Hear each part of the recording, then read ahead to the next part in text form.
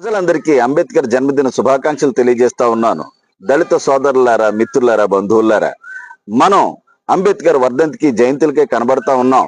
మనం ఆ కార్యక్రమాలే పెర్ఫెక్ట్ గా చేస్తున్నాం, మిగతా కార్యక్రమాలు ఏవి చేయట్లేదని చెప్పేసి సమాజం అంతా మనల్ని చిన్నచూపు చూస్తా ఉంది. మిత్రులారా, వీళ్ళు కేవలం ఈ 2 రోజులు మాత్రమే కనపడతారు, జై భీమని అరుస్తారు, తర్వాత పోతారు.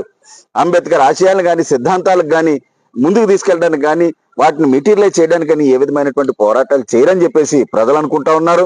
కేంద్ర రాష్ట్ర ప్రభుత్వాలు అయితే దళితులందరినీ కూడా వీళ్ళు ఎందుకు పనికిరారు, 2 రోజులు అరిచిపోతారని చెప్పేసి చులకనగా చూస్తా ఉన్నారు. మిత్రులారా, అలాగే మరి ఎస్సీ ఎస్టీ ఉద్యోగులు అయితే వారు పనిచేసేటటువంటి సంస్థల్లో ఎస్సీ ఎస్టీ ఉద్యోగ సంఘాలను పెట్టుకుని ఆ సంస్థల్లో లాబింగ్ నడుపుతూ వారి యొక్క పబ్బాలను గడుపుకుంటూ ఉన్నారు. మిత్రులారా, ఇది చాలా దారుణం, ఘోరం అని చెప్పేసి సందర్భంగా మీకు తెలియజేస్తా ఉన్నాను.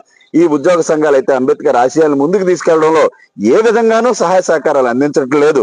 ఈ యొక్క పరిస్థితి మారకపోతే దళితుల యొక్క ఉనికి ఈ దేశంలో కనబడకుండా పోతుందని చెప్పేసి సందర్భంగా మీకు అందరికీ తెలియజేస్తా ఉన్నాను.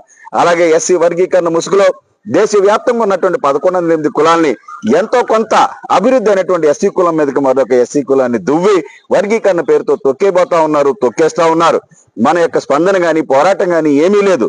ఈ యొక్క అంబేద్కర్ జయంతి సందర్భంగానైనా సరే నిజాలు తెలుసుకుని మీరు మారాలి. లేకపోతే ఇవాళ యొక్క కార్యక్రమాలన్నీ ఈ 2 రోజులని చెప్పేసి కేంద్ర రాష్ట్ర ప్రభుత్వాలు మనం పట్టించుకోకుండా మనల్ని గాలి కొదేసేటటువంటి పరిస్థితి ఉంది. కాబట్టి మీరు మారతారని కోరుకుంటూ doctor Ratnakar, national president for రాక్ Sarvajan Samaj and Mala Mahanadu. Thank you all.